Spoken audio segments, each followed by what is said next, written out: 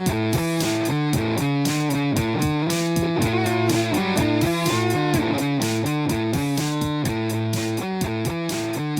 right. Alrighty then. Hello and welcome to another episode of Chapter Chumps, a reading podcast where three regular guys read a book and then talk about it.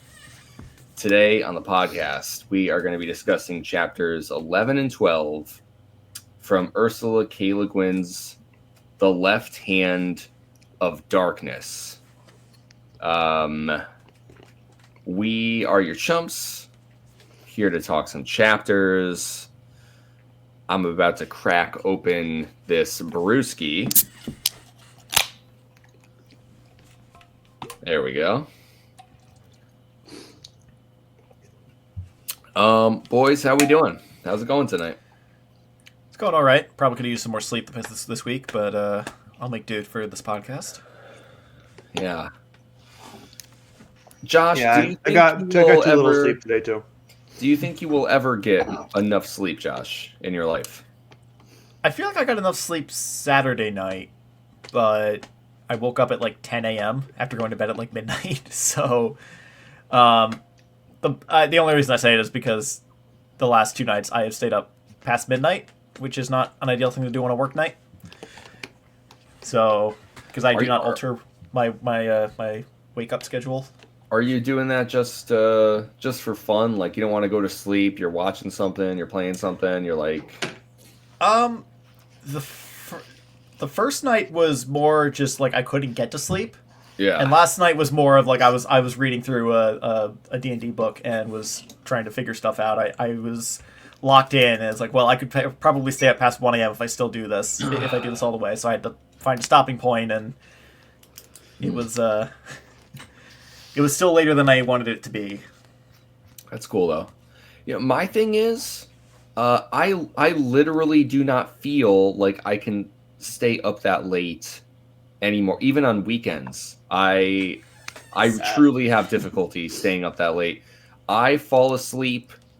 I don't know. On accident sounds stupid, but like I fall asleep without any desire to do so on the couch all the time between like 10 and 10:30. Like, I do fall asleep on the couch as well. Usually around a little after 11. I've dozed off after 10:30 every now and then, more recently, but it's I don't know if it's usually when I'm bored on a night when I'm just bored, don't have much going on. If I'm locked into a show or I'm in a conversation or something, I am more than capable of staying up past 1 a.m. still these days. So yeah. I mean, for me, I guess it does depend on, like, if I go out or something, I don't just, like, fall asleep like a narcoleptic or something. Like, I can be, but, like, if I'm at home, you know, doing, like, my usual activities, I usually, I pass out. I mean, famously, though, you did fall asleep watching Dune for the first time. Okay. So, that famously did happen. I mean, when you say fell asleep, you make it sound like I just kind of conked out like 2 minutes into the movie. I pretty much watched that whole ass movie, and I was just in and out. It was more like a state of delirium, right? You know, I didn't sleep. You know, like I was just, you know. Did you like look over at me at any point and realize like this motherfucker's asleep? Like, I know. Yeah. I always know. Yeah. What can I say? I mean, I am old. I'm the elder of the group. You know, that's kind of my rate. I think it's a bit more than that. But okay. Yeah. I don't know what that means. A bit more than that. Okay. A bit more than that. Connor, your sleep schedule has gone through some rather dramatic changes lately, I imagine. Yeah. How's that going for you? Yeah, you know, working overnight. So the first week was really actually very easy. I don't really have trouble staying up all night if I sleep during the day, which I also don't have trouble doing. usually, but then the past week and a half it's been really challenging getting to sleep at when I get home, because I eat before I sleep, and then I feel like a second or third wind or something.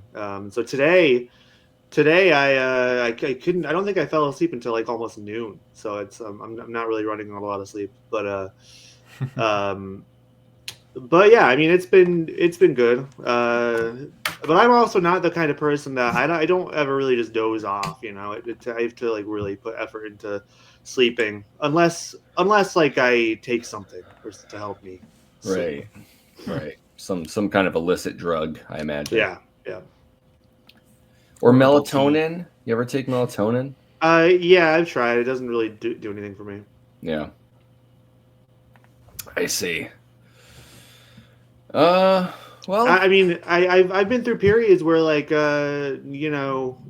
um like you were saying, like I sleep I can fall asleep pretty easily at like 10, 30, 11 if I have a job that I need to get up early for. Like I've been on those schedules, and that's yeah. it's just it's whatever is needed, as long as like my body is ready to sleep, I can sleep. But the morning is proving to be tougher. So Yeah. Morning's always tough. And my thing, I don't really believe, Josh was saying, like, yeah, I do feel like I got enough sleep on, I think, Saturday morning and all that. For myself, I've always kind of felt like enough sleep is kind of a myth. Like, It because kind of is. when I'm talking, like waking up for work, right? Like, I get up for work on average, like, 6 a.m. And, Mm-hmm. what I realize is it doesn't seem to matter when I go to sleep. Like there have been nights where I've completely crashed at 9 p.m. and there have been nights where I've been up to like midnight, like a 3 hour swing there.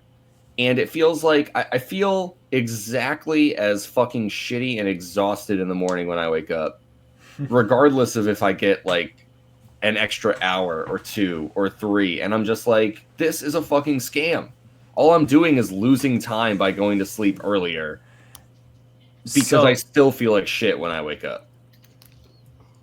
so yeah, it's man. Where do I start? It has to do partly with how you're sleeping and how you wake up and when you wake up. Not like when you wake up on the clock. It's when you wake up in your sleep cycle. And there are certain parts of your sleep cycle where you wake up and you feel less like shit. Let's put it that way. And other times where you wake up and it's impossible to wake up. It's just impossible to get out of that state for a while. So I actually have a clock in my bedroom that lights up about 15 minutes before my alarm goes off. I happen to build it myself, like 5 or 6 years ago now, and sometimes it's a nuisance, especially in the wintertime when I'm waking up and the sun hasn't risen yet. And I'll wake up and I can see my bedroom wall, and it's like, ah, crap, I'm gonna have to actually get up soon. In the summertime, I barely notice it because the sun's usually up before my alarm goes off, and just having light in the room helps with that slow, gradual wake up process. It doesn't make it perfect, but it helps. And then just how you go to sleep, like being on your phone right before you go to bed, which I do a lot, isn't really good for you. Falling asleep under extreme stress or emotional distress is also not great for you, but I do that too sometimes. So if you are able to find a way to relax before you actually allow yourself to fall asleep, or let your body run its natural course through the sleep cycle, that supposedly helps. But I am by no means an expert. I'm just trying to convey my experiences. Well, I do appreciate your sharing there, Josh. I'll let you know if I ever relax. You'll be the first to know. And comfort actually helps quite a bit. And there are times where I sleep better when I'm like warmer than I usually feel is necessary, and other times where that goes a little too far and I just can't fall asleep because I'm way too hot in bed. And then there are times where you just get too cold and it doesn't help either. There's a sweet spot. There's so many little factors that go into sleep. But generally, True. I consider a good night's to circle this back around to how this all started. I generally consider a good night's sleep a night where I'm able to dream, and the dream doesn't just cut off abruptly with an alarm. And I wake up naturally from the dream. I think that's a full cycle of sleep, and I usually feel the most rested after that. So if you can figure out how to improve your dreaming, that might help you sleep better. Dreams are weird, man. Some say that the dream is over. What can you do? Dream on. I think that was Pup That's right. and Aerosmith. Yeah, Gosh. that's right. Two bands that I would love to see co-headlining a festival. Want to see? Lollapalooza 2026. Yep, Puppo Smith. Let's make it happen. And it's the guy from Pup fronting Aerosmith and Steven Tyler fronting. Honestly, I think Steven Tyler would do a great job singing through Pup's discography. I think that he really has the voice for it.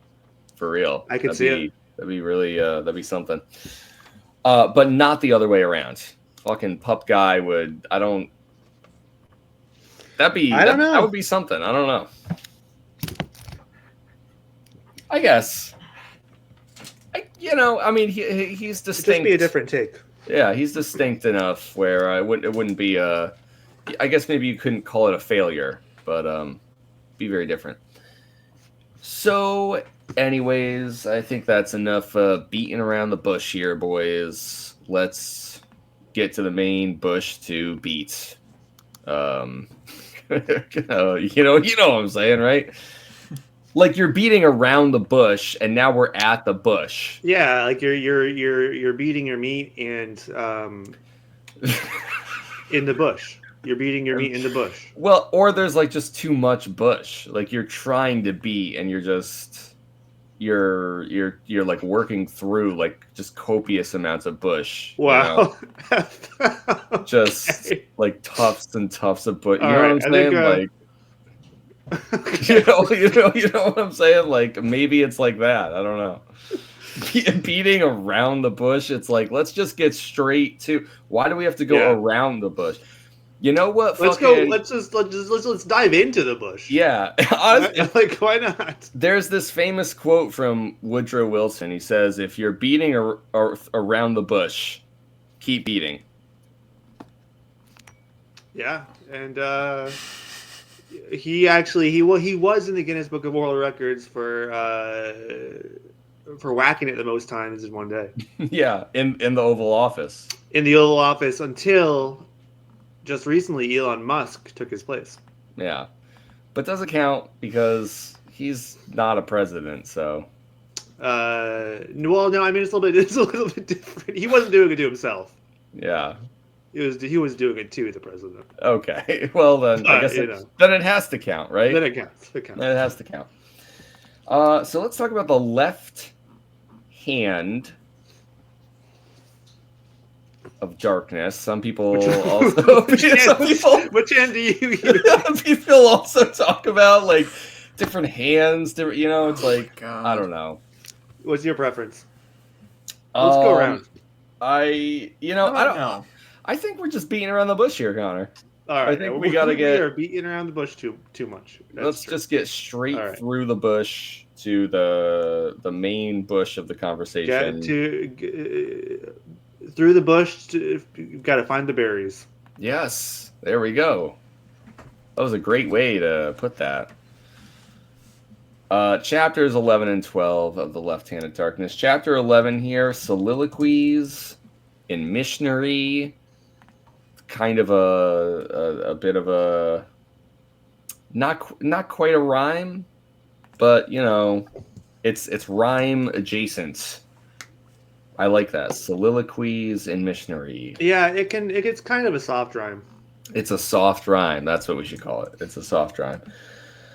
I read this chapter on when did I text you guys? Sunday, because I went to the laundromat and I brought Left Hand of Darkness with me, and I tore through this chapter, and then the second chapter was only like 3 pages, so I If that, yeah, it was super short. yeah, so we still kind of have the whole long chapter, short chapter thing going on too. But this is kind of they're both kind of on the shorter side. They are. This is only like 10 pages or something. I think it's closer to it's like 20. I think overall 20 pages. Yeah. Yeah, and we kind of get this account, this record of Estraven's thoughts, reflections, experiences during this time within the city of missionary of the nation of Ordrin. When did we read? What do we make of this first chapter? What do we want to say? So, I read yesterday, actually. Just didn't get around to it until after work yesterday. And it was an interesting read, because we're following Estraven around for the first most of this reading. And we're getting his point of view as things progress through as the plot progresses, kind of. I guess this would be second person? Or is it just third person? I don't know. What? Because I think second person is if someone were writing the story and it's using like you did this. Oh, you're right. You opened. I think that would be second person. Right. So it's like a third person look at what Genly's been and the consulates have been up to over the course of, I guess, a couple of weeks since the last chapter that we read.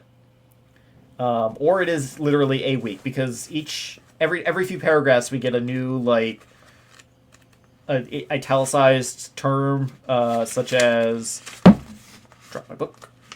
I can't find the first page of the chapter. Here we go. Streth Susme, and then we get. It's a while before it starts to happen again. Harhad Susme. Gonna fuck this one up. Gurney Susme. And Tormenbod Susme. And so I think those are maybe days of the week, or maybe days of the month, that are just this feels like a journal, and a bunch of journal entries by Estraven as the story progresses. Yes. So here's how I interpreted it. I think they're months, not days. You think they're months? Okay. And part of that, so I took a note of this. So if you look on page 164, the one where you were reading Tormenbod Susme, right? Yep. You see that italicized there? Well, on 167, when Estraven is talking about how Gom tried to seduce him, on that top paragraph, it says, he knew I would be due to enter Kemmer on Post or Tormenbod. And because Kemmer is like cyclical in a way of months, like it's like once a month. It's 28 days, roughly. Oh, so is that, you think that's more referential to the days than not the month? Yeah. Maybe you're right about that then. Yeah, I thought it was over the course of months, but maybe you're right. No, yeah, because I remember earlier in the book when, I think it's the chapter on, literally called the question of sex. Yeah. Yeah, the ecumenical researcher, investigator, was commenting on how the Gethenian Kemmer cycle is roughly the same time as the menstrual cycle in normal humans. Right. It is, So, yeah. Okay, right. So it wouldn't make sense for them to say, for Estroven to say, oh, I'd be entering Kemmer on this month. It would make more sense to say I'm entering it on this day. right. Oh, okay. Yeah, nope. Nope, I think you're right about that, Josh. I just didn't really I was thinking about those things, but I guess I was just totally off.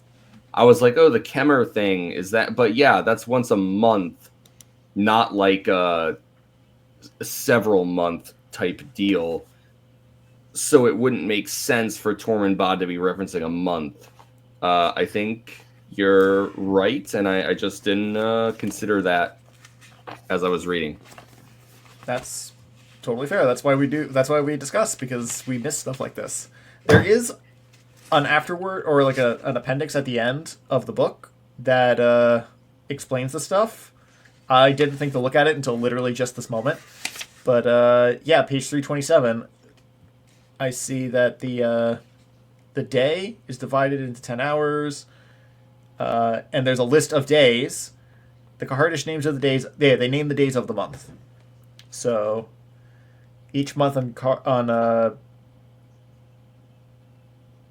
Karhiddish days. So the Getheni month is 26 days, and then the names we're given are the Karhiddish days, which makes sense that we're reading them in this chapter because Estrifin is writing in Karhiddish. Right. And also it kind of seems like each day like has a name. Like it's not just like, oh, the 12th or whatever. Right. Like there's just a singular name of like the 18th or the 19th or so on. Mm-hmm. And maybe it does follow a kind of logic like 9 or 19, but yeah, okay. Yeah. Where did this? Were we just? Oh, right. Josh was talking about how the chapter. What's Sesame is the month. Sesame is the month, right? So it's saying day month. Okay. Yep. Okay. So yeah, you're right. This takes place over the course of like a week. Then this chapter. I guess so. I can't actually like look at. I'm noticing a lot of the same names that are roughly within a week's time span. So yeah, it takes place over the course of about a week, and there's something on here about how there's a prefix. The names are roughly equated to the phase of the moon, and there's a prefix for the names if it is the waning moon. So like there's you get the Gethany, Sodney, Swordney, so on, all the way to Tormundbad, and then it becomes Odgethny, Oddswordny, so and so until you get to a Tormundbad. So this is well thought out. I didn't think to look at this until right now, so kind of circles back to my point from last week where I was discussing how the language seemed to evolve, or where the name Estrivin and all that stuff seems to evolve and made itself clear during the last chapter. Right. Yeah, it is interesting. I kind of wonder as I'm reading it, like with Tolkien, it's there's all of this like wealth of information of kind of how he constructed his language and like the level of depth that he considered it. And I kind of wonder, it's like is Le Guin like that at all, or is it kind of like she can write so convincingly that to the reader it feels like there's an internal logic, and yet it's kind of all just alien babble at the end of the day. You see what I mean? Like the difference between insanity. Those two schools. I do, but it's all the author's insanity, and we are insane for making sense of it. Well, yes. And then it's like, so to what level has the author lost their mind and either fully developed a language that is only used in part in the book, or just has the facade of a created language? I'm getting the impression there's levels to insanity. Yeah. I think it's more on the former side. I'm sorry, the latter side, the illusion of a created language. But there's enough rules there where you could probably extrapolate an actual constructed language if you put in a little bit more effort. If the author did not already do that Hmm. and just didn't include the full language in the book like Tolkien did. Yeah, it's not Tolkien level, but it could be, I guess. I think she just wanted to focus on other things. Like but yeah, certainly a lot of attention to detail and thought and care was put into, especially it feels like the world since we've been to Ordran, it really seems like the world has opened up a whole lot for Definitely. in the book, and so I appreciate that in this chapter. I appreciate spending more time with Estervin, of course. And the funny thing is he kind of talks about what we were talking about last episode, which is the kind of way himself and Genly are talking around each other, or Right. they're not understanding each other.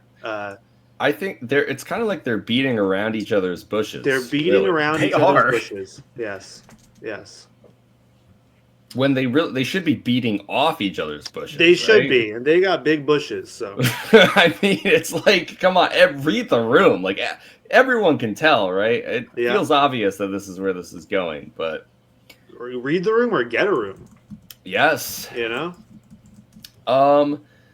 Yeah, that definitely is an interesting point, and I definitely picked up on that too, where Estraven's writing, and he's like, it's such a funny part because I think like as we were discussing it, like our take was we picked up on some of that and missed some of that too, because when Estraven's writing, he's saying that the advice, quote unquote, that he gives Genly after Genly gives him money from Ash is meant to be an insult, you know?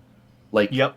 like Estraven isn't trying to give him advice at all. And then later Estraven's like writing in his little journal and he's like, I think that Genly took my words at face value when I was trying to insult him, which is concerning because it makes me think that when I was trying to give him advice at face value, he took it as an insult. Like, how can I possibly articulate myself to someone who is from another planet and has all these different cultural norms that I'm like realizing? Yeah, that's like a big idea in this book for sure. Yeah, I feel like this chapter is where we see Estraven starting to realize he's just, wait, maybe Genly isn't understanding me at this point. yeah, Maybe there's a miscommunication here, which is a little weird that it's taking this long for him to realize this. When he is completely fully convinced that Genly is literally an alien to his culture, and he's just now starting to realize, like, maybe he doesn't quite get our culture yet. yeah. I mean, it's hard though when you're so in the trenches of the machinations of a certain way of living to even consider that somebody doesn't understand the intricacies or that just comes so naturally to you. It's especially if you're focused on the bigger picture like Estraven is. I think it's easy to miss the forest for the trees or whatever. Yeah. Yeah, Miss the something for the bush, right? Go on, Doug. You miss the berries for the bush. There we go. Go on, Josh. Go on. I actually just started watching Shogun, literally yesterday, so I'm only 2 episodes in, but the basic premise is that there is a single man who is an alien to the Japanese culture in the 1600s, and there's some parallel there that my brain's starting to put together, but there's definitely some major differences. Obviously, I'm still waiting to see if the Shogun show goes into white savior territory. We'll see if it fucks that up, but the the general idea of here's this one fish out of water trying to be diplomatic and completely fucking that up because they are not being treated the way they expect and are not quite able to communicate with the local culture. There's a little bit of parallel there. Yeah. Honestly, I think it's I haven't seen the show, but I've heard about it, and I think it probably is a good point of comparison because, like, I think part of what we're running into in the book, and it's also something that Estravin comments on in his writings here, is that yes, Genly is an alien, but outwardly he looks essentially the same. Like there are differences, but they aren't differences in a way where people are like stopping dead in their tracks and they're like, "What the fuck is that?" They're just like, "That's just a weird person," you know. And probably in Shogun too, where it's like the differences between a white guy, you know, European or wherever, and someone from, you know, native Japan. You know, there are differences, of course, but ultimately there's a recognition that there's a common humanity. You know, people aren't just like, whoa, what the fuck? It's like, well, yeah, this guy looks different, but like I can like categorize and understand that you and I are of the same species ultimately. And yet I think that is like part of the problem that Genly is, you know, if not running into, then like, you know, kind of caught up in, where maybe that is part of like where Estravin and a lot of other people from Gethin are, you know, they kind of allow themselves to forget, because it's like, yes, on the one hand, Genly's an alien and Estravin really believes that, but there's a lot of people who don't. And, you know, you have a conversation with Genly and some of them think he's just a nut because he basically just looks like a Gethenian for all intents and purposes. Yeah, except that bush is burning. How long can it go on for? We will find out. Yeah, we'll find out. Yeah, of course, it's like Genly's in permanent Kemmer, but yeah, I mean, there's if you are like really looking for the signs, you will realize that Genly is an alien. I think that's part of like the sort of like this commentary on the book, or like from the book, where it's like so many of these people are not really perceptive, or they're not willing to look beyond the constructs of like their own smaller reality. So like when they look at Genly,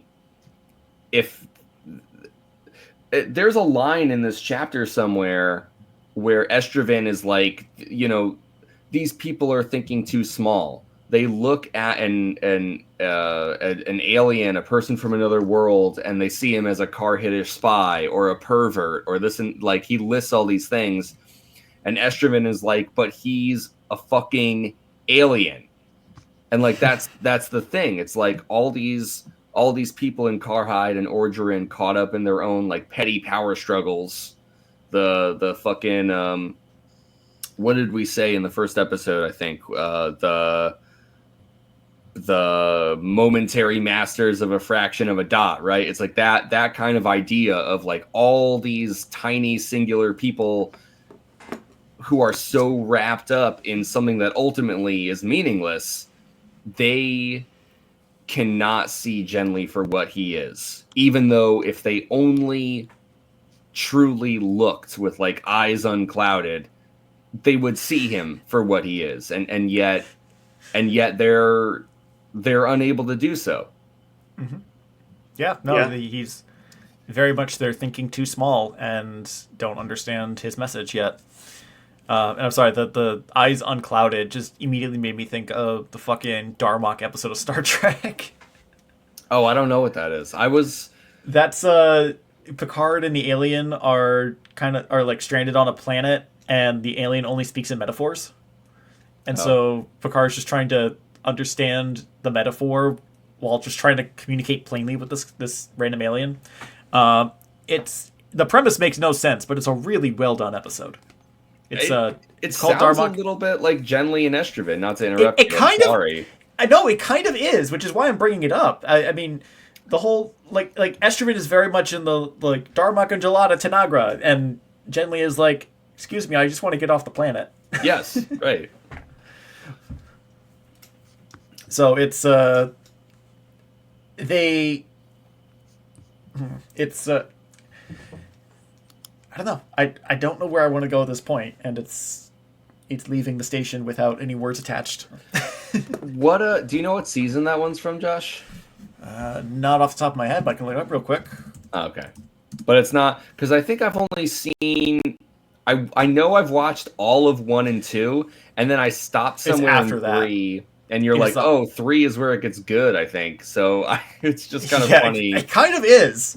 So yeah, Darmok is the 102nd episode of Next Generation. It is season 5, episode 2.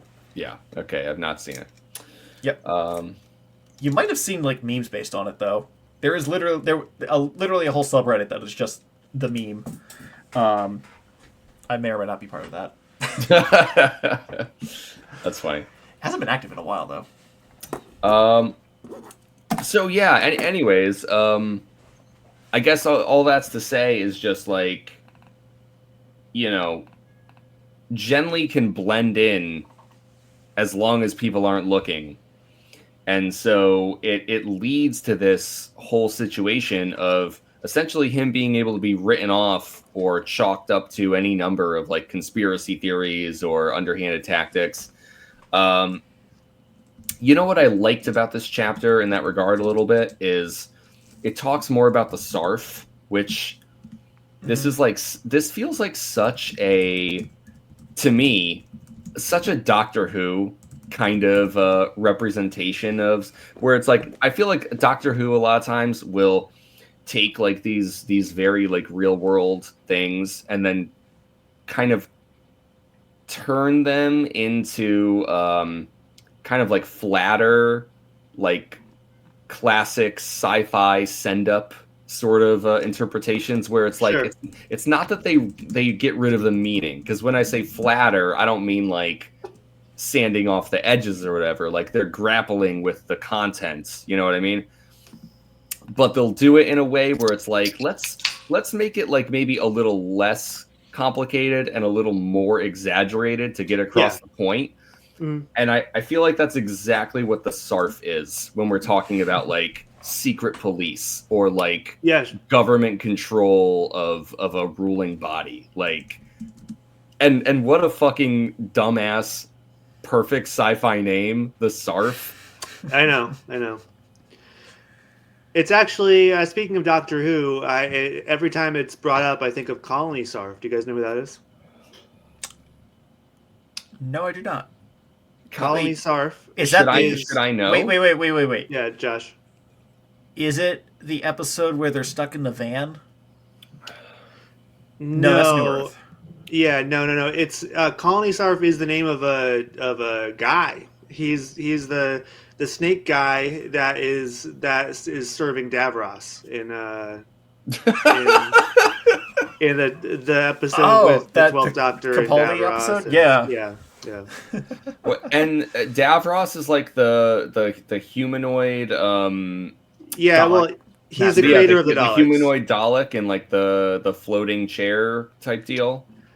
Yeah, well, he's the creator of the Daleks. He made the Daleks. He's on life support in that configuration. I see. Gotcha. Yeah.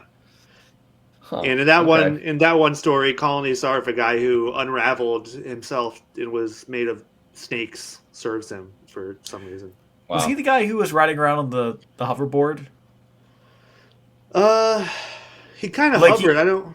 Right, he looked like the idea was that he was like gliding across the surface, but it's Yes. clearly just the actor standing on a hoverboard. Yeah, I think that's right. Yeah.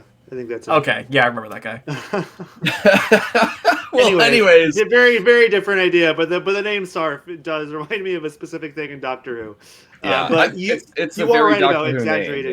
yeah. Yeah. No, you're right about the those that thing Doctor Who does with these kind of normal concepts. That is a good analogy here because yeah, I could see that. I could see that working. I did want to, because I had a note on the Sarf.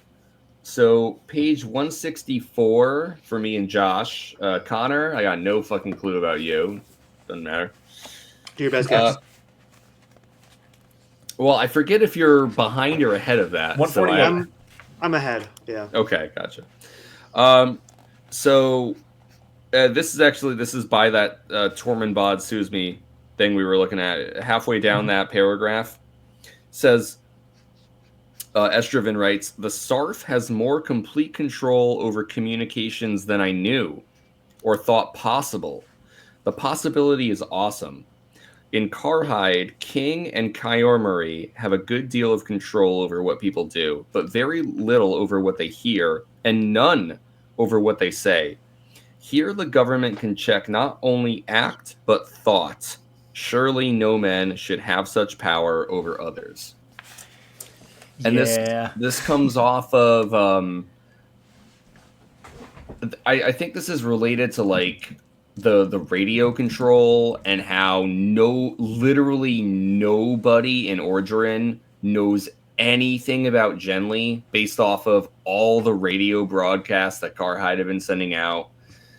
And there's this other idea later where Estraven is talking to I think it's I forget what the guy's name is. It starts with an O. Absol or something like that. One of the common souls. I think it's Absol, yeah.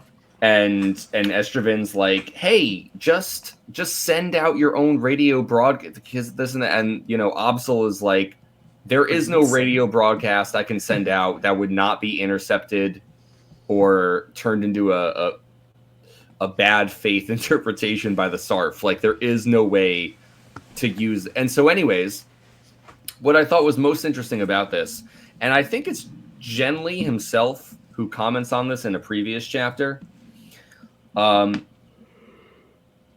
think maybe even just from last episode, Genly has this comment where it's like, well, you know what? I'm getting caught up in my own thing here. What I'm trying to say is Estraven and Genly both seem to realize that on the face of it, on the surface level, Orgeron seems to be like more advanced than Karhide. And so when we compare like the two systems of government or like rulership, Karhide is a monarchy and Orgeron is like a bureaucratic democracy. Something like that, kind of an oligarchy, maybe. Maybe it's definitely totalitarian in some regard.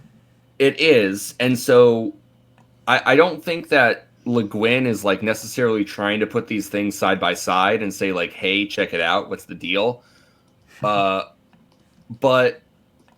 I think ultimately there's this point being raised that like at first glance you might assume that the monarchy has more complete control and has a more sinister or like deliberate kind of control over its people, just like based on how we view societal advancement, almost like rungs of a ladder. Like, hey, monarchy leads to government where, hey, the common souls, there's 33 of them. They need a majority. Like, this is the beginnings of a kind of democracy. Doesn't that represent advancement and more power to the people? And yet, Estraven, who not only comes from but was entrenched and like a important piece of like the monarchy of Karhide, he's like, fuck, we never could do anything like this. They control people's fucking thoughts in Orgeron. Yeah. And so there's this idea of I think that there's kind of this idea of like as technology advances, it creates more opportunities for the people who occupy the spaces of a ruling body to control and take advantage of, you know, the base population, or the people who do not occupy those spaces. And like it's bizarre to think that loses balance. Like a monarchy almost has like a more kind of like purity of balance between control and autonomy of its people versus what's happening in Orgeron. Yeah, no, I think that's right. I think that's intentional. I mean, that's the kind of the assumption Genly has when he first goes to Orgeron, and I think he, you know, obviously we see in this kind of chapter with the short interaction that Estevan has with Genly, he's a bit disenchanted with this country now, and yeah, I think it's just yeah, it does go to show like uh the ratios. I mean, like Connor, you were saying that progress or whatever is like not always linear, and that, yeah, we do just think that like as we get more advanced and more cultured and stuff, and we learn more that, you know, the arc of history will always bend towards justice or freedom or whatever, but not always the case. And I mean, there's a lot to be said, you know, when this was written. Like, obviously, we're talking about monarchy here, but you know, in the back of your head, you also have like uh, the Cold War, and you know, obviously, like uh, hard power versus soft power, that kind of thing. And so, I mean, it's just kind of you know, a realist perspective of it all, I guess. That there's not that they're both, and I mean, it's clearly being written by an anarchist, you know, because really, if there is any solution, it's like, well, both of these things are bad, just to varying degrees. Yeah. Yes, for sure. And yeah, I mean, I think the Sarf play a really interesting role in kind of showcasing that, because I think Le Guin does, like, the more we talk about it, she does do a really good job of kind of maybe trying to draw the reader in, you know, because we start with Carhide, obviously, and then when Genly gets to Orgeron, he's given all these things. He suddenly has a place of warmth and hot showers and like good food, and like he's given all of these things. And so, because Genly's our main point of view character, I think that she's trying to create a situation in which you're like, yeah, like maybe things are just a little bit better in Orgeron. And then, like, you know, she injects this darker kind of undertone and creates like these pieces of uncertainty, and that kind of culminates in the Sarf with like this whole dinner. Like, there's other signs. I'm not saying everything seems Yeah. fucking peachy, and then the Sarf show up and you're like, hold up, like, you know, like she presents it as is, but the Sarf, I think, is like a very clear showcase of like, this is how the common souls and the ruling body of Orgeron like really wield their power. And Josh, we were kind of talking about Avatar before. This feels like Ba Sing Se completely to me. With Yes. what, like there is no war in Ba Sing Se, right? Like, Exactly. There is no fuck. What do they call it? There is no foray. yeah, right. There is no foray. Yeah, and I can't think of it. Tell me if you remember. But like that, there is a specific difference between like the benders of the Earth Kingdom and then like the specific secret police of Ba Sing Se. Like they really They do have that same deal.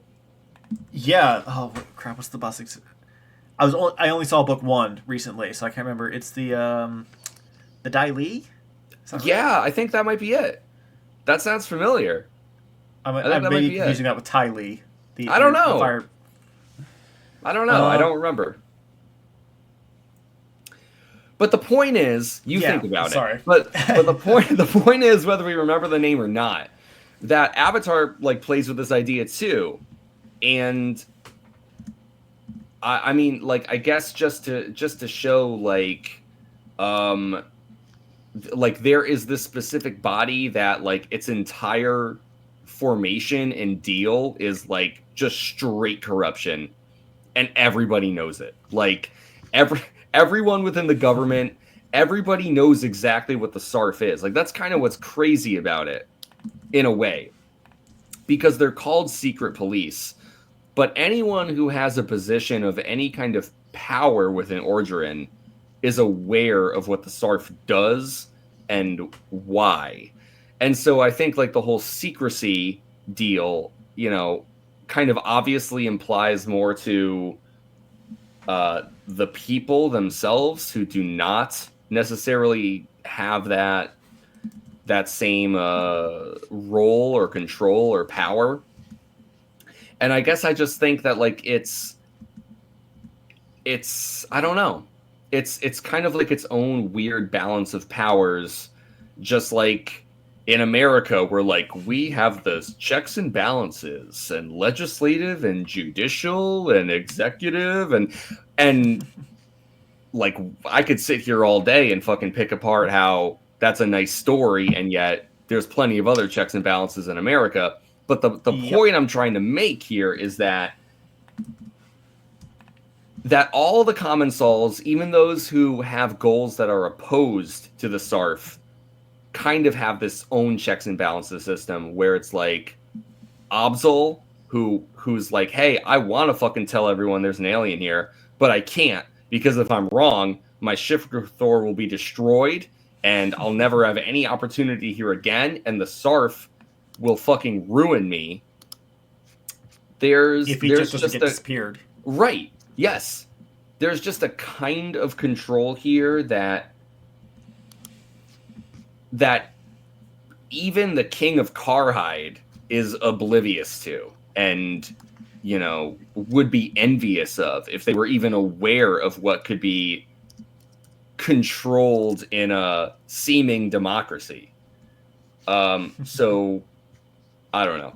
I think I went off on a bit of a rambling tangent there, so I'm gonna pull it back. But yeah, just Estroven's kind of like thoughts on the SARF here are very interesting, and I like the commentary that it has on the two societies of Carhide and Orgeron. Yeah. My first thought when I read this, the passage that you read, 20 minutes ago now? Oh boy. It wasn't that long. Was I wonder if this is what 1984 is like? Yeah. All the control over the media, controlling people's thoughts, and what was the exact line? Government can check not only act but thought. Just makes me think of the thought police that you hear so much about. We do have to read 1984 at some point, but I'm probably going to want to wait till after things change a little. Oh come on, this is prime time to read it, Josh. I don't know if I can handle it right now. There's never honestly. any better time to read it than a period of destabilization. That's when you should read it. At least we're not living in 1984 anymore, like when Brandon was president. Yeah. Now we got our freedom Brandon. back, baby. I don't think there's anything I can learn from 1984 that I'm not already aware of. So No, I mean, I have. It's not that I am on.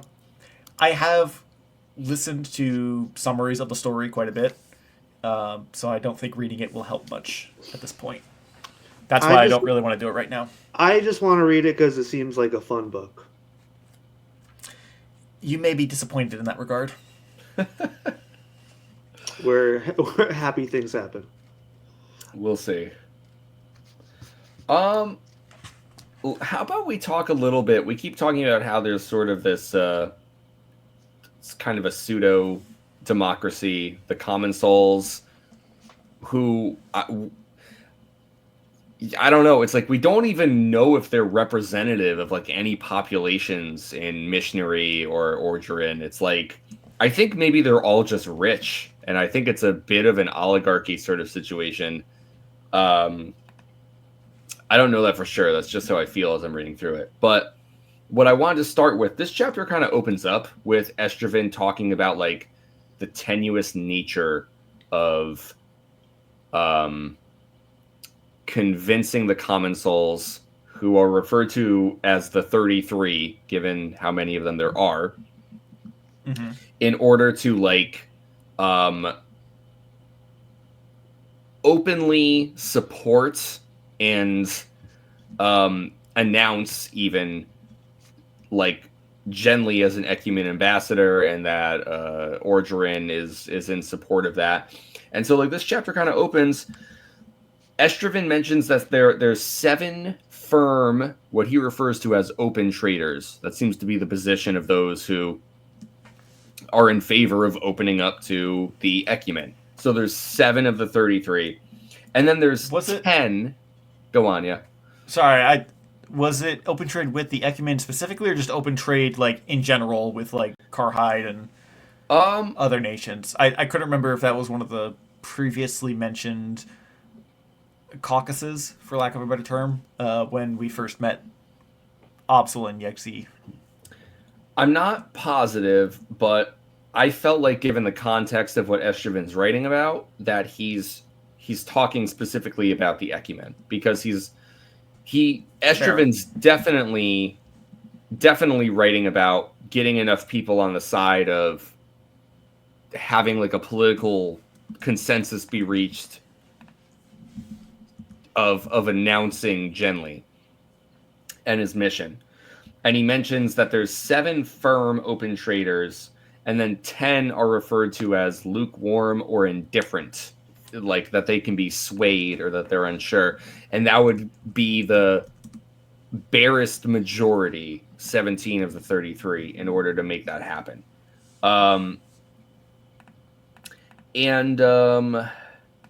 I guess I just wanted to talk a little bit about and like see what you guys thought about. Estraven mentions like, so what's the holdup?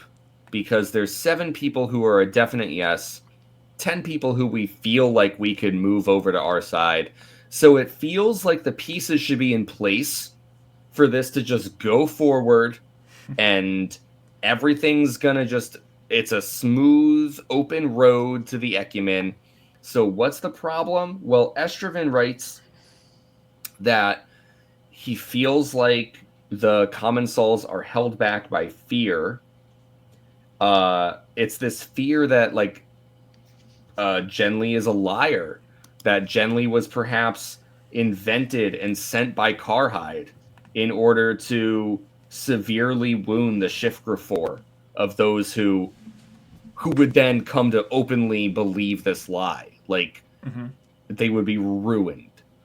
And so it comes back to the Shifgrafor idea and like fear of public. I mean, I think Shifgrafor is more than just public shame, but like broadening the idea. Essentially, it's a fear. It's a fear of being wrong. It's a fear of failure. Any thoughts on that in general? I'm still kind of interpreting Shifgrafor as basically an honor code, or just like a bank account of honor.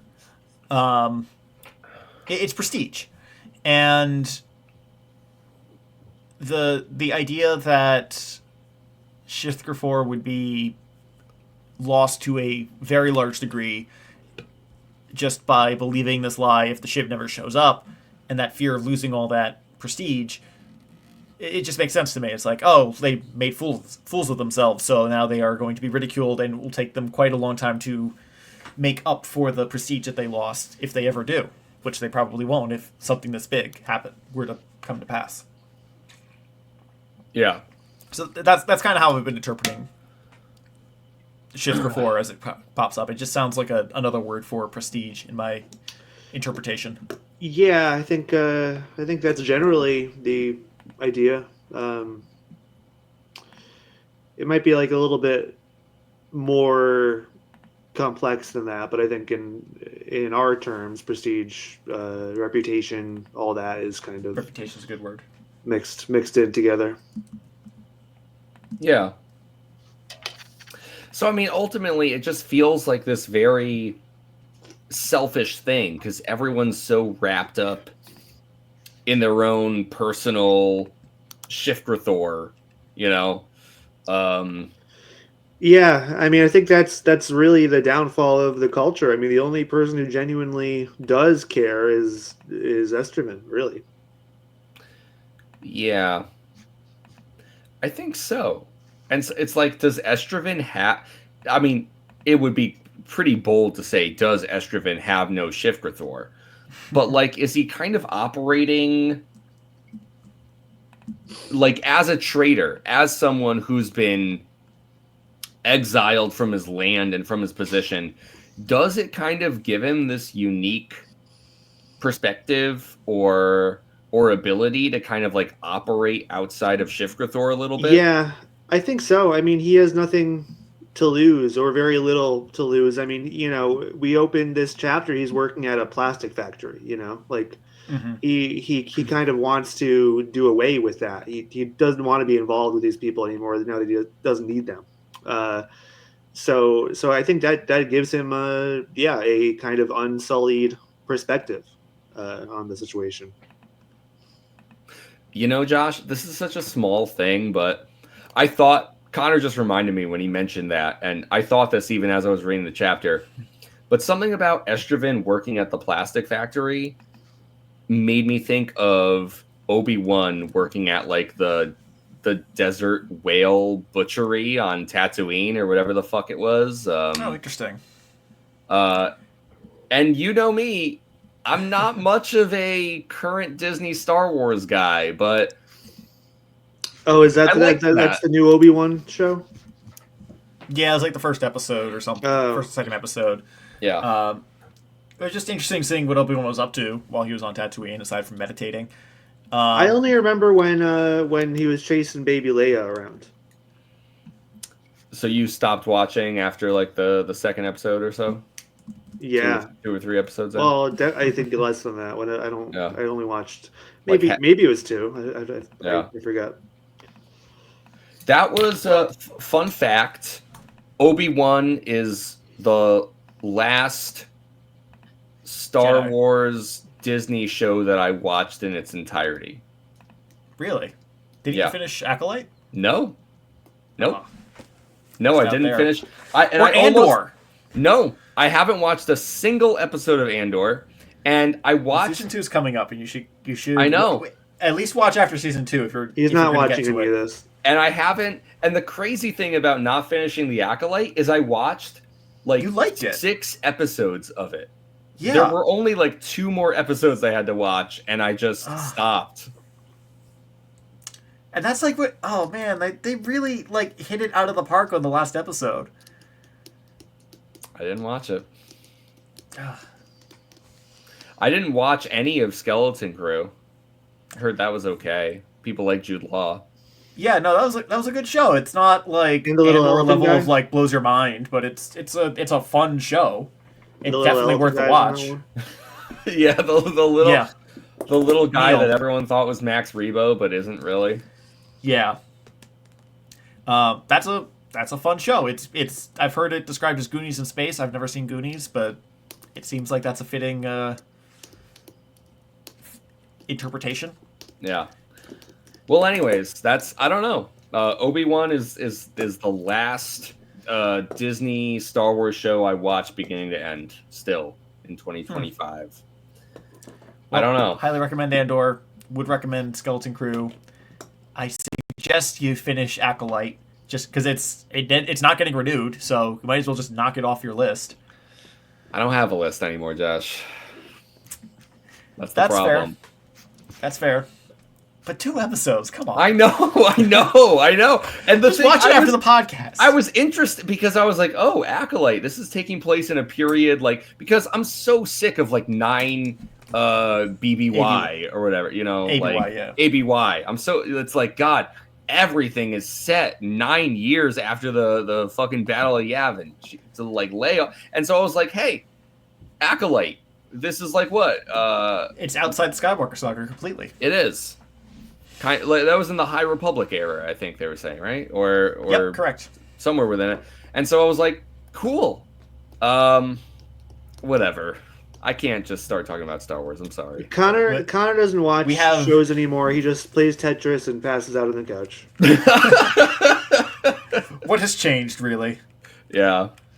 But we only got about 5 or 6 more podcasts before maybe we start talking a lot more about Star Wars. Maybe. We'll see. It's That's a maybe. Josh it's definitely a maybe. Josh is that's always. It feels like it's like this. It's hanging over us at all times. Maybe we'll just watch the lightsaber of Damocles. Yes, and one of these days it's gonna fall.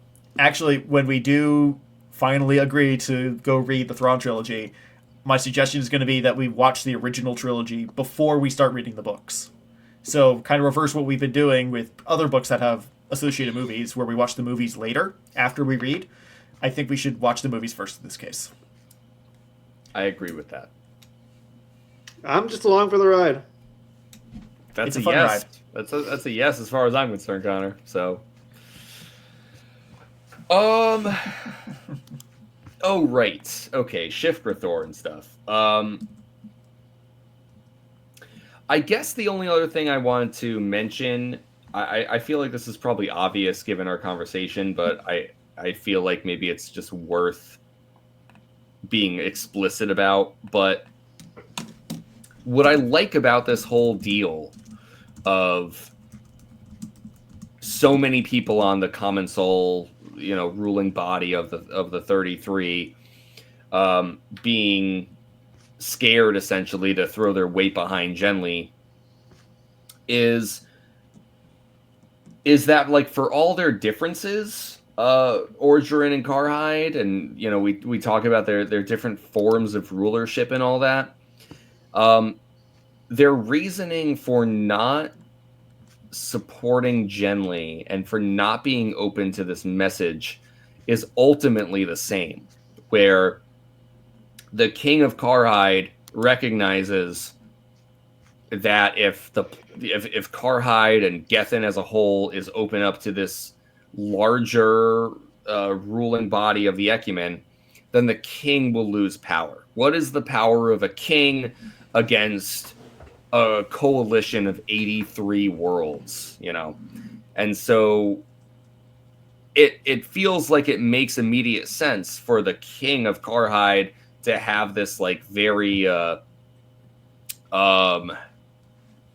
this very, like, insecure reaction, where it's like it feels like it makes perfect sense that the King of Karhide is like, no way, fuck off.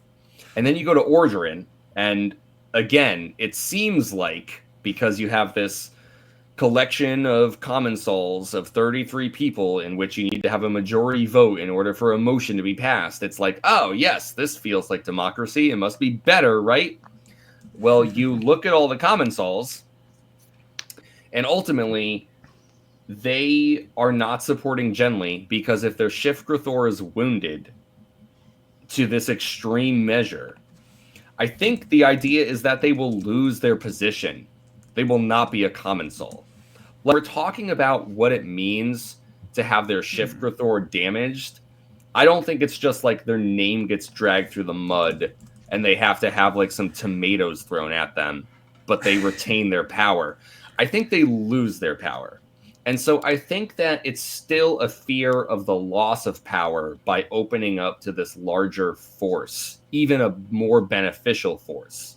Oh, and absolutely. So it's like, it's this, it's a rejection of the greater good in order to retain the smaller selfish power that they have. Sounds a little bit, sounds familiar to me. I can't place it, but it seems like, yeah. Ooh, wait. What am I thinking?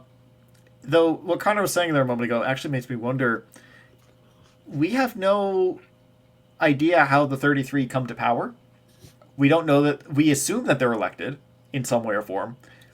But the way you were just phrasing your argument there a moment ago makes me wonder, is it just the Shriskafor that, like, the 33 people who just collectively have the most Shriskafor in Orgaren are the ones in charge, and when they lose Shriskafor, then they are no longer in charge, and the next person in the ranking moves up. So it's an interesting thought that it's like some sort of social ranking prestige system. Yeah. Yeah. Though it makes you wonder how they would track that. Yeah, I don't think it's like hard and fast data. I don't think it's like a numerical equivalent, but I think that there definitely is this idea of like, if your Shifter is perceived to be wounded, like the social capital that you lose is equivalent to your real world power somehow, whatever that means. And there's ways in which that's true in our society. Like if someone gets canceled, It's like the equivalent to a of strong TikTok enough likes. degree, you know, they might not have the same platform that they had an opportunity to before. It's whoever goes the most viral. Right. On the Gathenian radio waves. Yeah. So, It's anyone that the Sarf lets go viral on the radio waves. yes. I can't believe they canceled Estraven. That's kind of fucked up. Yeah, no, for real. But he's really been making the most of it, and I just don't think it was right for him to go through what he did. So No, agreed. Yeah. He's like the he is like the Gathenian Louis C.K. I really thought you were going to say James Gunn.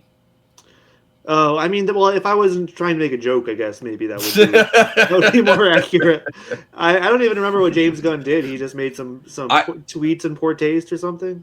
Yeah, I mean, yeah, like 15 years ago or something. Yeah. I mean, like, I'm sure they were in poor taste, but I mean, come on. Yeah.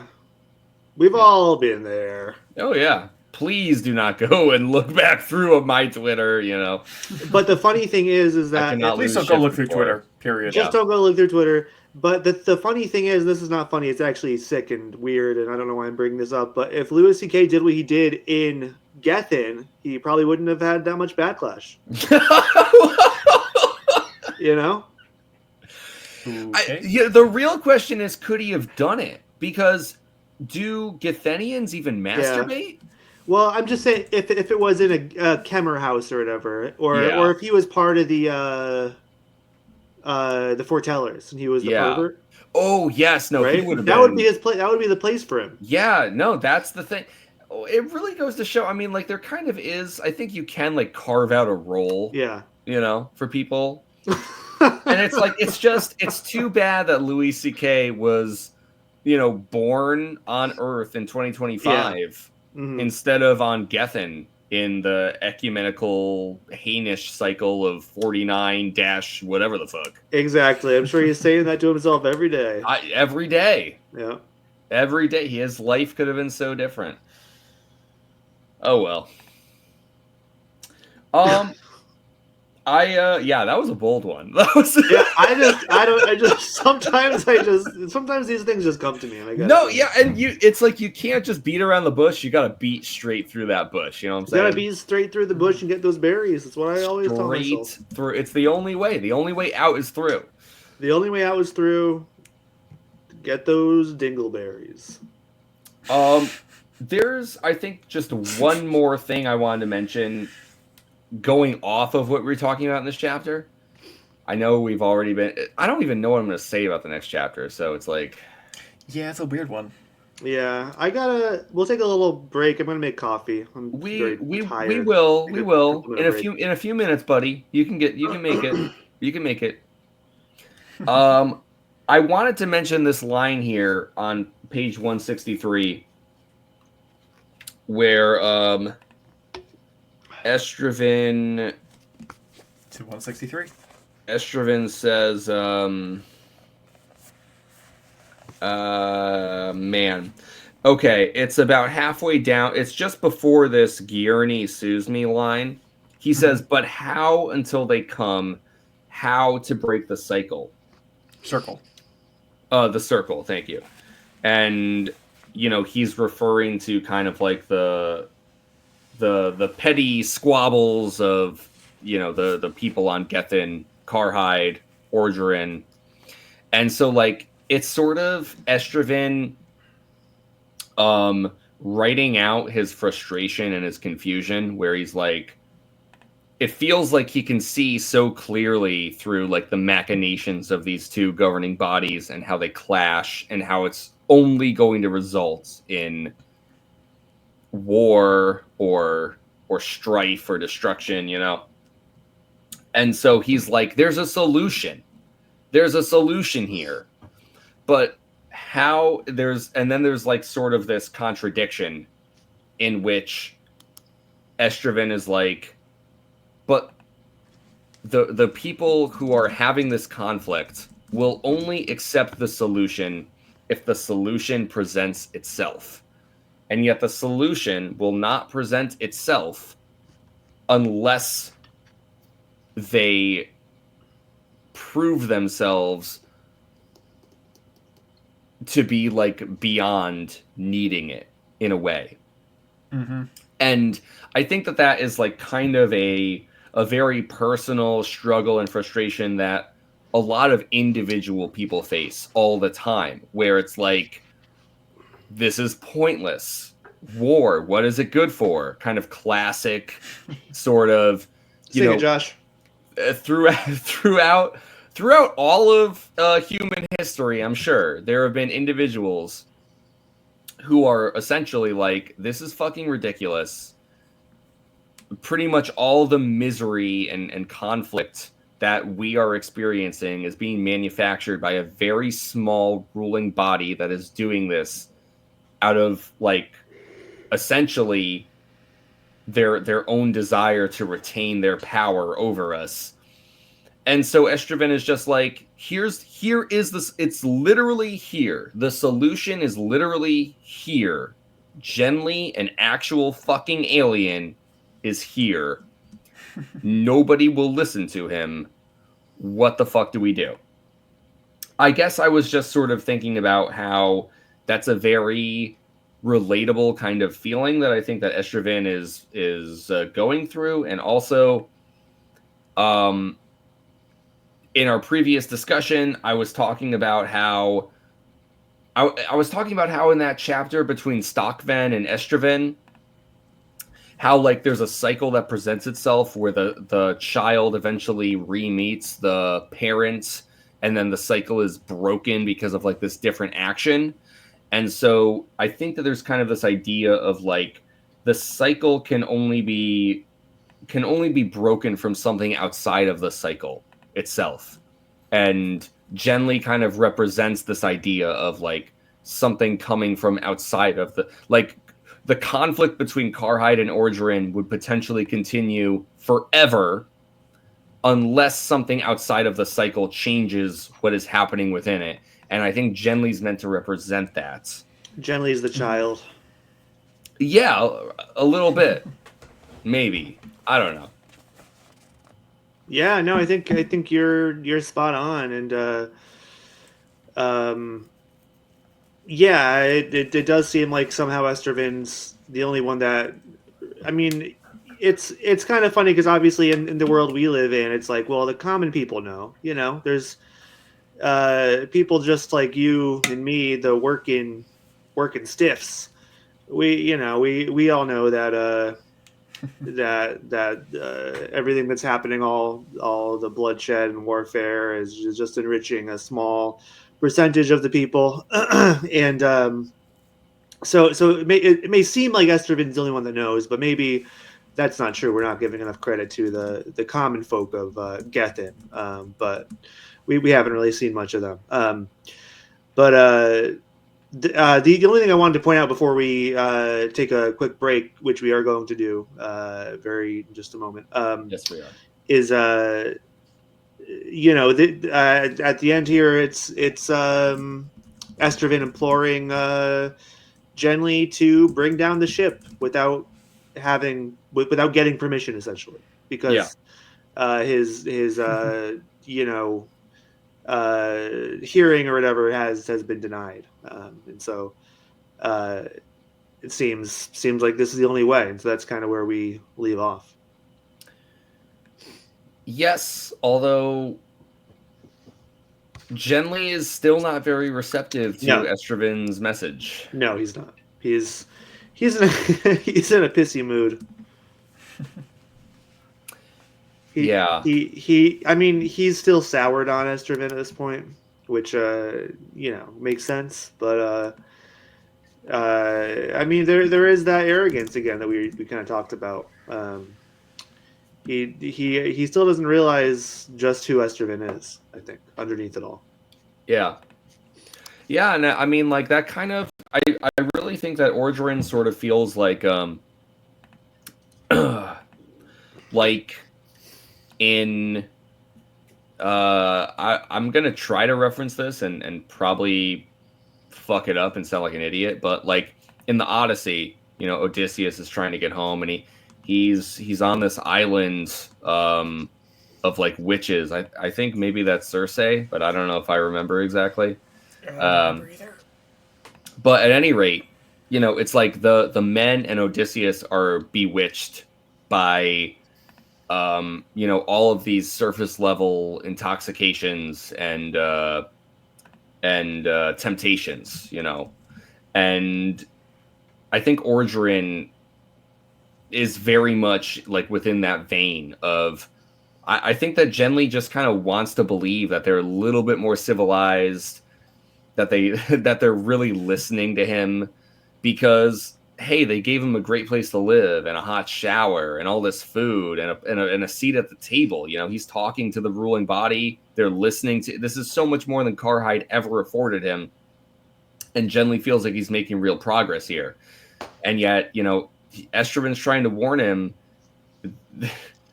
This is kind of like he's sort of getting like fattened up for the slaughter in this really weird way, where at a certain point, the numbers are just going to turn. And if Genly doesn't have that support within the Common Souls, even just those 7 people, then those 7 people are going to turn. Absol's going to turn. Yeji's going to turn. Like, because they're going to follow the path of their own power. Yeah. Yeah, absolutely. I think there is kind of a selfish part of Genly that he, even though he's dedicating his life to this thing, to the Ecumen who, view history in kind of a long form way. I think he himself would be disappointed if he wasn't the one to bring Gethin into the Ecumen, and so he is taking it very personally. Whereas he, I think should be or thinks himself above it all. He's really not. Yeah, that's a really good point. Why don't we take a break here and we can just talk a little bit more about that before we go into our last chapter. Yeah. Okay. Sounds like a plan. Quick break. All right. We will be right back.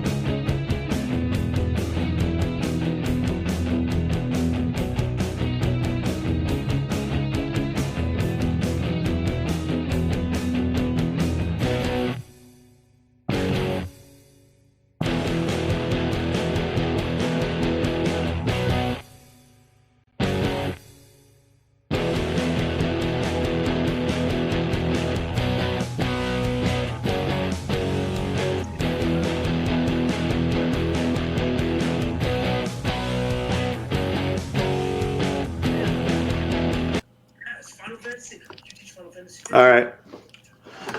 Someone's watching a video. What are you watching? A Final Fantasy video? Who, me? Yeah, you. Yeah, but Oh. Uh, you ready? I'm ready. see, I'm ready. Hi, Nova. hey Nova, they say hi. How's it going? All right, 3, 2, 1, go. All right.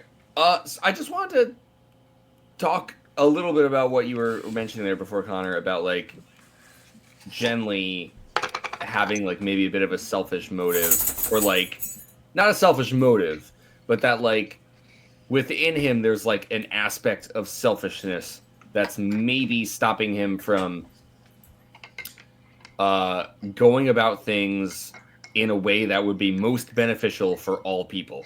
Because like I think that's basically what's happening to every character. And even Estraven, we've talked about how like he seems to be the one who's most openly in support of Genly, and who most wants to bring about like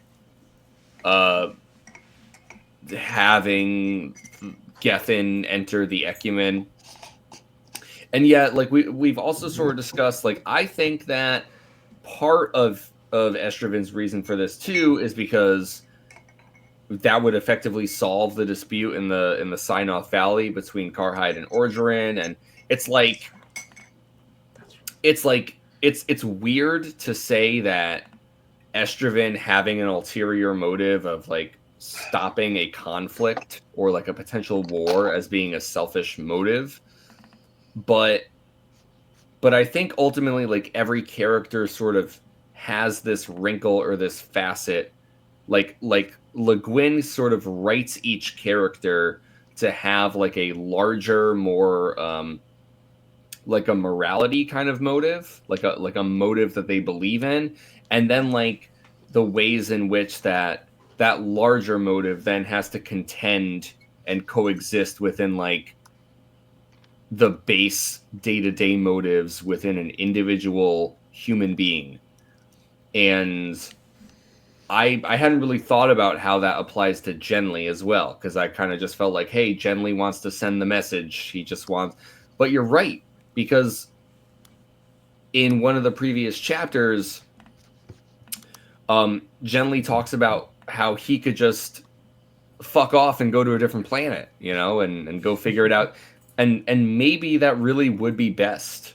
And yet he's driven to stay on Gethin, I think because he does want to be the one in order to make this change happen. So I think that it's interesting to consider about Genly, and I think like as a whole, I think Le Guin's doing that with pretty much like every character throughout this book, where it's like, what's the big thing they want, Yeah. and how does that line up with like who they are, you know, and how those things could be at odds with each other. Absolutely. Yeah. No. I think I think that is the kind of complexity that each character shows. I mean, even you know, all the bureaucrats and stuff, they all have their you know, they're not a hive mind either. They all have their own separate interests and motivations, of course. And I mean, Estraven, you know, seems like the most selfless of the bunch, but him too. Like, yeah, I mean, not all selfishness is inherently bad either. So it's like his selfishness really he wants a world that's not going to war for the sake of his children and for his family and, you know, his people. So it's like that there is a selfishness to that that's not bad. Right. But yeah.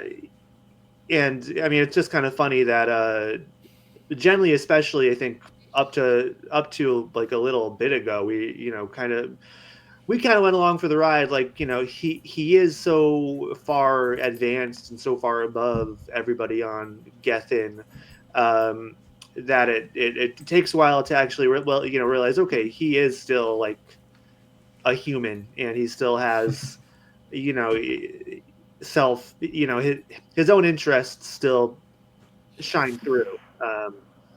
and he is still selfish and self-absorbed and not entirely benevolent either.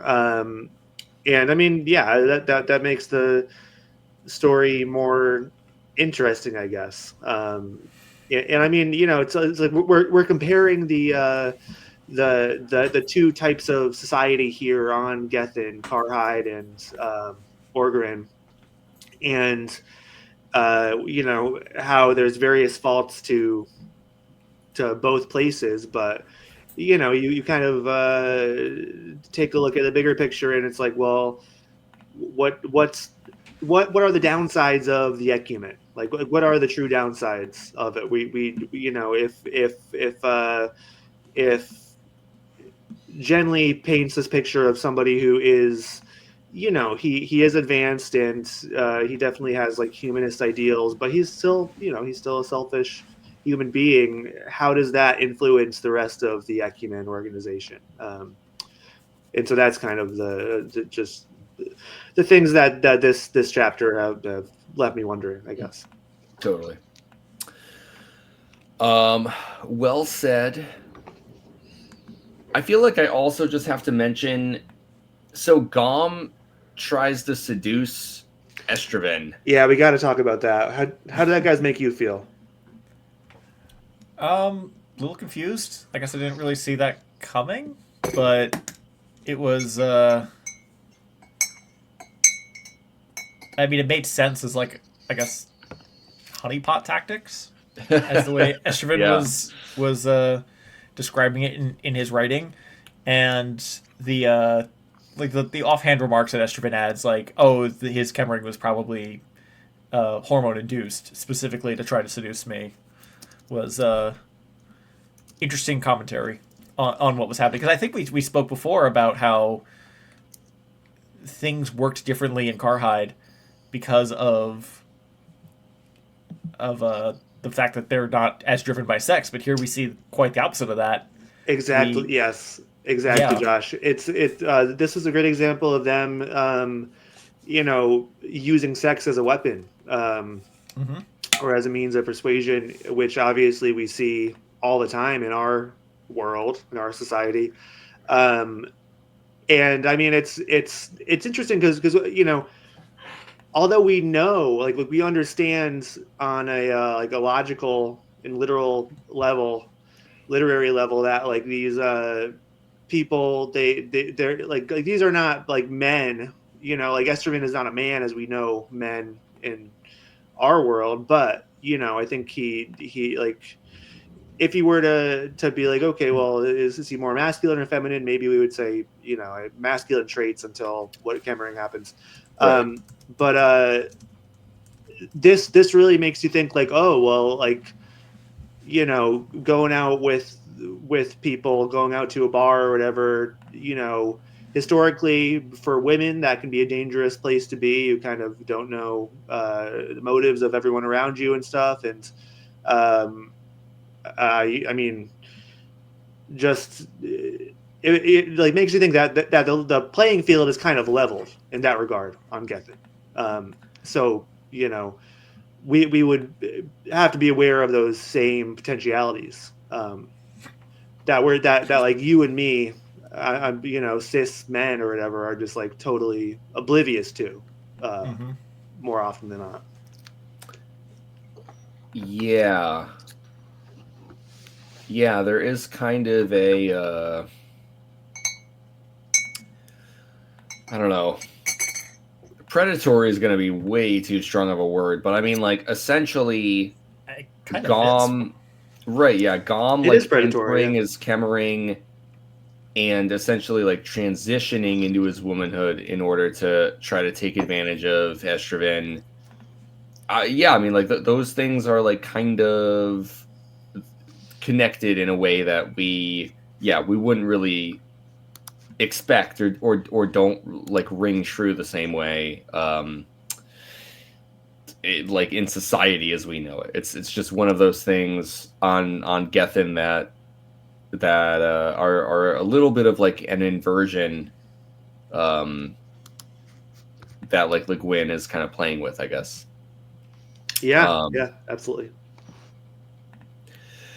uh, you know, not to say that things can't play out that way on Earth, but yes, like I think the way that it's like sort of targeted and weaponized here by Gom, yeah, like and that's all connected with the whole SARF thing, you know, that like this is part of their tactics to utilize like sexuality and sexual coercion, um, you know, in a society like Gethin, you have to imagine that that can be a very powerful tool in its own right. Yeah, And I like Esther's kind of commentary on it, where I think he mentioned something like, you know, disgust, it can be a very powerful um uh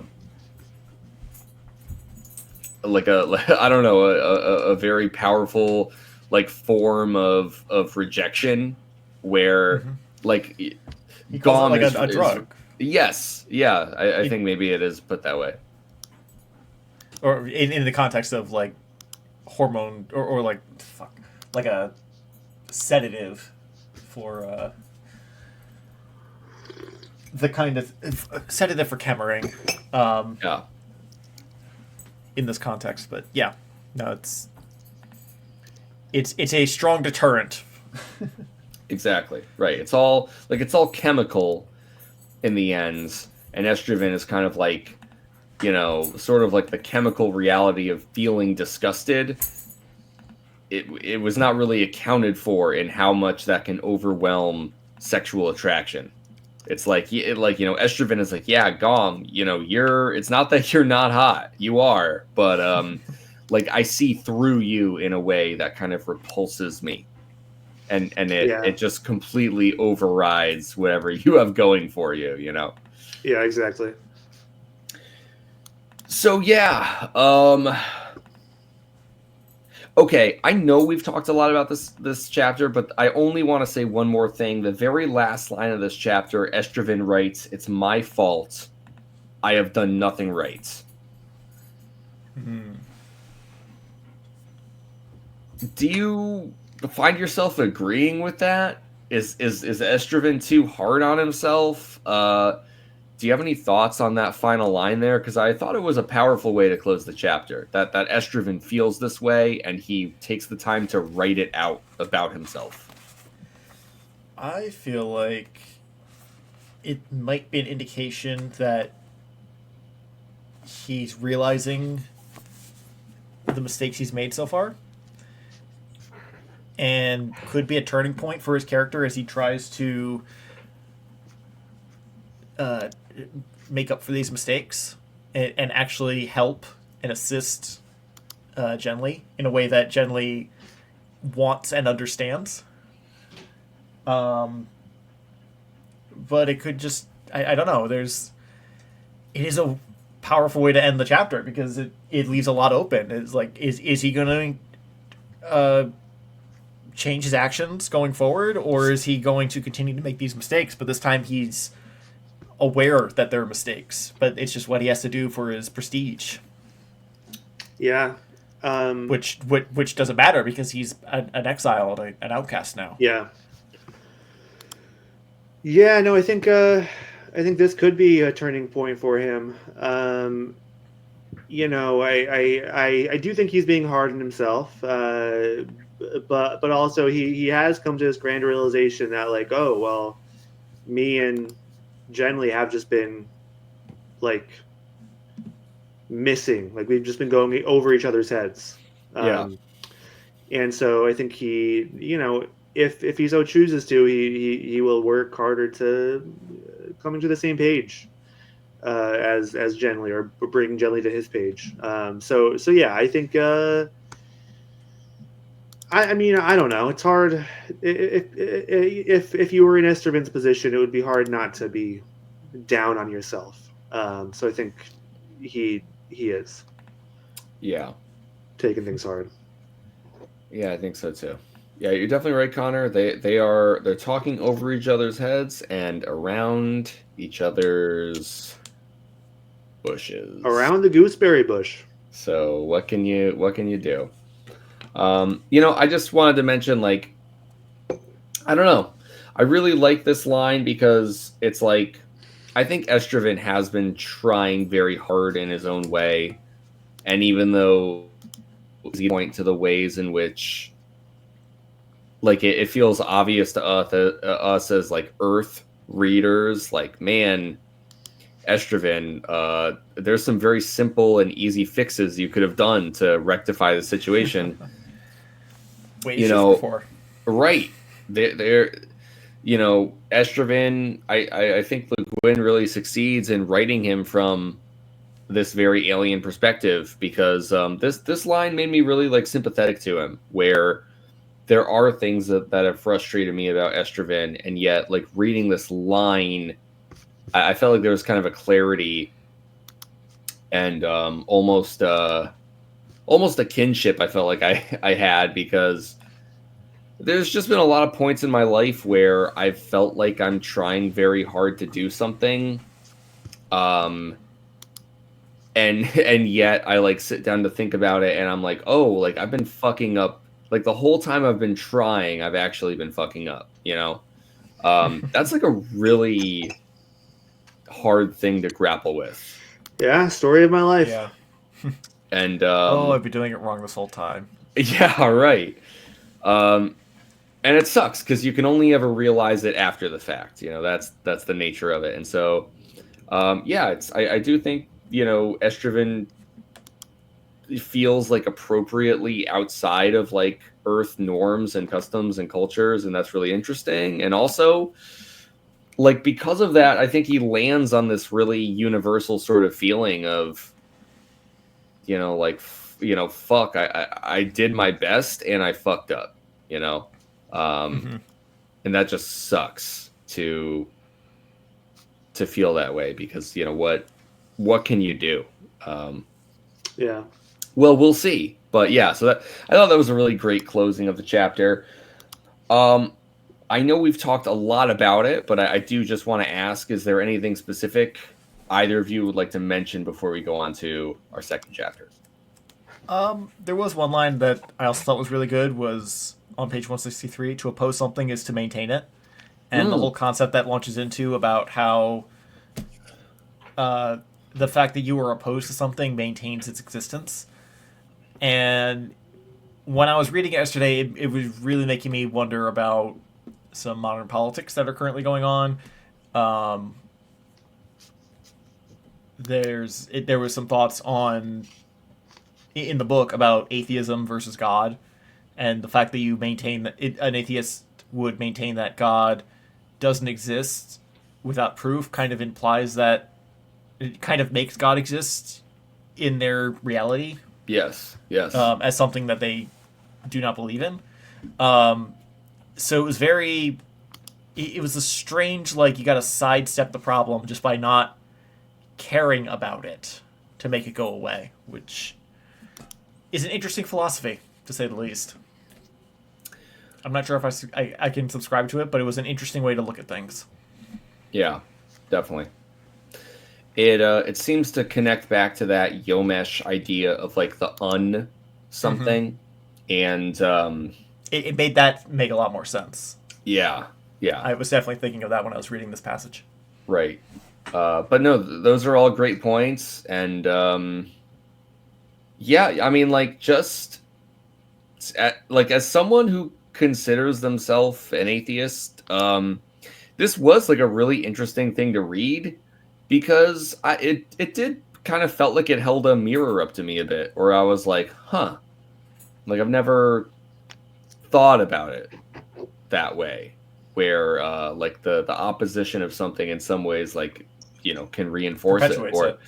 or yeah, or can make it real. And I don't have any desire to like destroy religion. I just don't personally subscribe to it. But um, it nonetheless, like, it's a really interesting idea, and it's one of those like sort of philosophical truths that books like this are really good at like cutting to the heart of, and it stopped me in my tracks a bit. I think it's true. It's one of those things that I think it contains aspects of truth and, to borrow a phrase from Left Hand, an untruth, where it's like, well, like on the one hand, I'm like, I think that's kind of stupid. I'm not sure it works exactly that way, but there's definitely an aspect of truth to it, if that makes sense at all. Yeah, I think that's right. Wow, okay. I hope we don't have that much to say about chapter 12. Because I certainly hope not, because we're almost at 2 hours, and that was 10 pages. Or 15 pages. when I read through this chapter, I felt like, what am I even going to say about it? I took 2 notes down just to feel like I could have anything at all to like share. Mm-hmm. Now I'm worried that this whole conversation is going to catapult us into something bigger than I realized. But well, it doesn't matter, because whatever we're talking about at when the time is up, we just cut it off and we I know, goodbye. buddy. I know. That's how it goes. I know. We have a hard out, as they say. So 20 minutes left in our conversation. I'm sure that's all the time we need. This chapter was just a collection of passages from this. It seems like a prominent Yomesh writer or scholar, and it's their like collected works and writings, and so we sort of get these different passages throughout that kind of feel like they jump from one to the other a little bit unconnected, and yet I think you get to the end of the chapter and it's like, these things sort of are sort of meant to like push this like grander kind of idea. It felt like a disconnected religious text, because it is explaining this entity that the Githanians keep referring to, Mesh. Right. I've been saying Mish, but Mish. Mesh. Meshe? Mish. I don't know. I like Mish. Yeah, so it seems to be a Buddha or Jesus-like figure in Githanian religion. And it was interesting. Apparently they had some epiphany where one moment in the very middle of their life they had the ability to see all of time that was and all of time that will be and all of time that is. So it was an interesting way to look at a single moment that is also all moments. And being the fan of science fiction and fantasy that I am, things like The Moment in Doctor Who, there's a D&D group where the lore involves something called The War in One Moment. And it's the like moment, stuff like... The moment is it was an instant thought for me. Right, and it's this concept of like all this action happening in a single moment, and that's never really jived with my my real world thoughts and my understanding of how the universe actually functions, with time being the progression of entropy and just how causality works. But this chapter, as short as it is, made some of this start to make sense. The idea of all this stuff happening in one moment, and it kind of made like omnipotence, the concept of omnipotence and the ability to see everything at once make some sense, even though it's disconnected, disjointed. It's not meant for people like us who have a linear view of time to fully grasp and understand. But here's this person who has transcended that, who is able to see all of time that is. It's not was or will be. It is. Mm-hmm. And this made actual time compressed down to a single moment make sense to me for once. Yes. That's a very big thing. Connor, it sounded like, did you want to say any more on that too? Like Doctor Who related or otherwise? Yeah, well, I mean, it's kind of a popular science fiction concept as well as like a popular philosophical like framework of how to parse reality. And I think I don't know. It's really interesting because obviously it puts into perspective just how limited our perception of time may be. That we just might be missing one you know a sense, a sixth sense or something that we can't grasp that everything is happening all at once. And yeah, you know, it's also used as a tool in, you know, like philosophy and in like healing texts or whatever to you know, to put into perspective that, you know, the good times you had, they're not gone, they'll always be there with you. It's just in your memory now, but they're still happening. So I don't know. I think it's it definitely makes you think about a lot of things. Obviously, with seeing the future or something, you always get you always think of Dune. You know, you can't not think of Dune. Yep. So yeah, I mean, a lot of these ideas are swirling around my mind reading this chapter. Yeah, is Mish just Muad'Dib? Yes, Misha Dib. Miche Dib. Yeah, you know, I like this chapter for kind of expanding on this this sort of like it's crazy because like it's like mythical is too small a word, like this religious because like mythical would be a character like Odysseus, but Mish is a character. Character is the wrong word. Is a figure like Jesus, like is like Buddha, you know, something well beyond mythical. Like there's a word for it, and it's just not coming to me, and it doesn't matter. It's beyond that, you know. What I like about this chapter is that we have had like these small moments of talking about Mish. Characters will exclaim like by the milk of Mish, you know, or Mesh's tits or something like that. Yes, right. And I went back because this whole idea of seeing all time at once, I know that this was in a previous chapter because I remember bringing it up. And I think we literally were like, Muad'Dib, like, isn't that crazy? So I tried to look for it, and I couldn't find it. However, I did want to connect it to this small moment that I found back in page 63. So, like 100 pages prior, page 63. And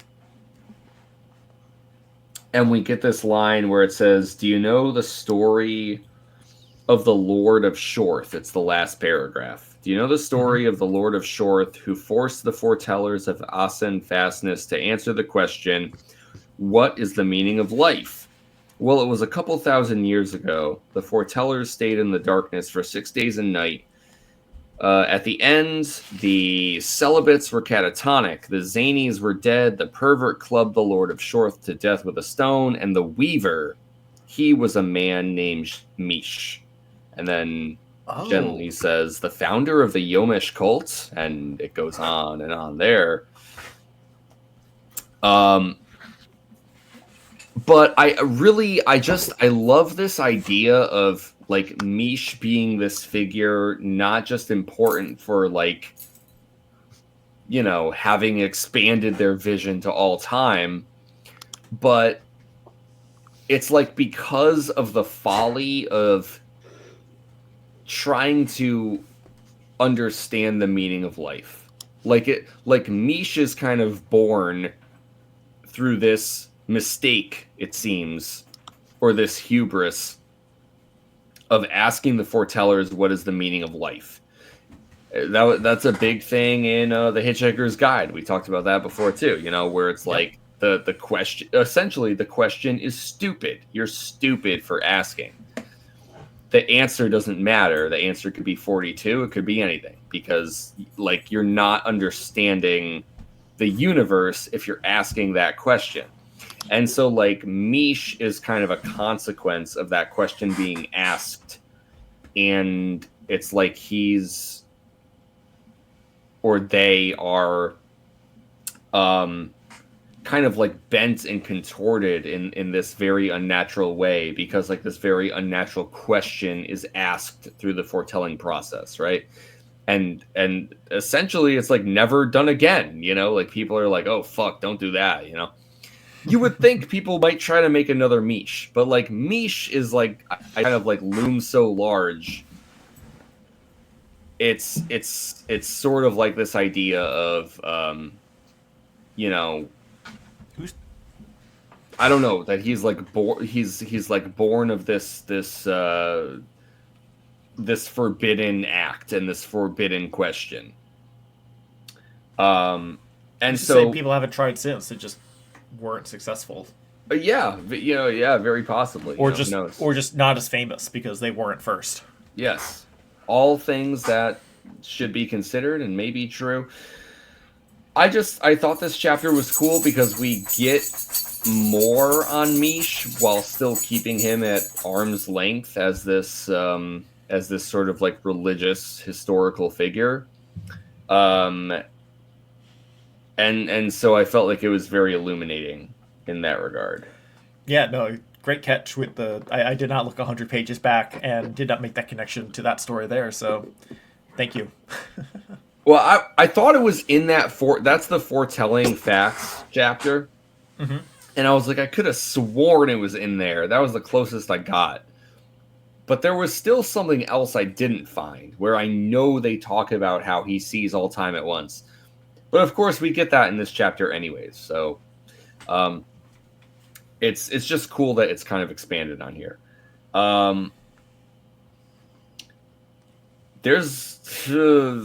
Is there anything specific in here we want to mention? Because they talk about a bunch of shit. They do, but I don't think there's anything specific that I really want to get into, aside from the time stuff I went on about a minute ago.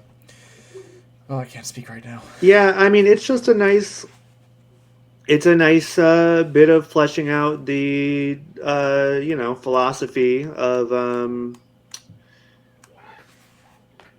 the Guthenians, and juxtaposed or in contrast to like the how their short-term thinking strategically, and and the tunnel vision they have on in comparison to the Ecumen and the future that's waiting them. There's a contrast there that's interesting to me too.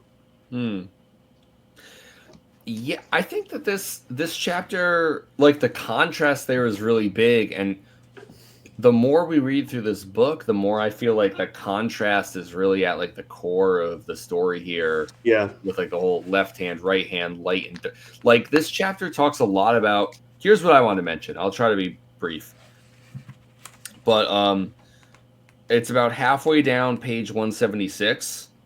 And it says, darkness is only in the mortal eye, that thinks it sees, but sees not. In the sight of Mish, there is no darkness. And so, like, when we're talking about juxtaposition and contrast, like you're mentioning, Connor, I feel like Mish is sort of like the religious, like, core or embodiment of that. Or almost like the dissolvement of it. Yeah. Where, like, we perceive this contrast of left hand and right hand and light and dark. And Mish sort of represents this idea of, like, destruction and unity. I think that Mish would also say there is no left hand and right hand there is only hand. Yeah. Literally. Which Yeah. sounds stupid, but I think that like Mish and the idea of like the Yomesh ideology and the idea of like the like of gaining intelligence through ignorance, Yeah. I think it's all wrapped up in that idea of like there is no light and darkness, like there's only vision, like there's only perception. I think you're right. There is no beating around the bush. There is just bush. Yeah. Thank you for carrying that all the way through. There you go. There you have it. Yeah. No, I mean you're right. I think I think you're correct to say that these ideas are at the core of the story, and that applies to the Ecumen as well. You know, in their kind of long form vision of history too. So yeah, I just, you know, I mean, all I really have to say is that I appreciate we're getting deeper into this thing. We're getting deeper into the weeds and into the just like the raw ideas of this planet and of these opposing visions of history and humanity. So yeah, I don't know. I think this is, you know, one of my favorite interstitial chapters, I think, so far. You know, we've had a few nice fables, you know, a few nice tales, morality tales or whatever, but yeah, this kind of does a bit more for me, I think. Nice. So, I just looked ahead real quick. We have 5 more 2-chapter sections, with the next week and the final week being the largest page counts that we have to get through at about 40 each. All right. So keep that in mind when we get our reading done before next Wednesday. 5 weeks, folks, and then we're reading 1984. Yeah, that's not a bad idea. You know, why not just put the Thrawn trilogy off for another few months? You know, who needs to talk about Star Wars? And then we're reading Infinite Jest. What happened to fucking Catcher in the Rye? You know. Sorry. Yeah, I forgot about Catcher in the Rye. Yeah. We have some real classics to get through first. We do. We could be reading just classics for the rest of our lives, quite honestly. And maybe even, I mean, hey, you know, Nolan's coming out with his Odyssey movie. Maybe we really should get into the Iliad and the Odyssey soon. You know? Yeah, that'll be out in what, 2 years? Yeah. I think it's about that long to get through the book. Yeah. Spider-Man starring in that movie, right?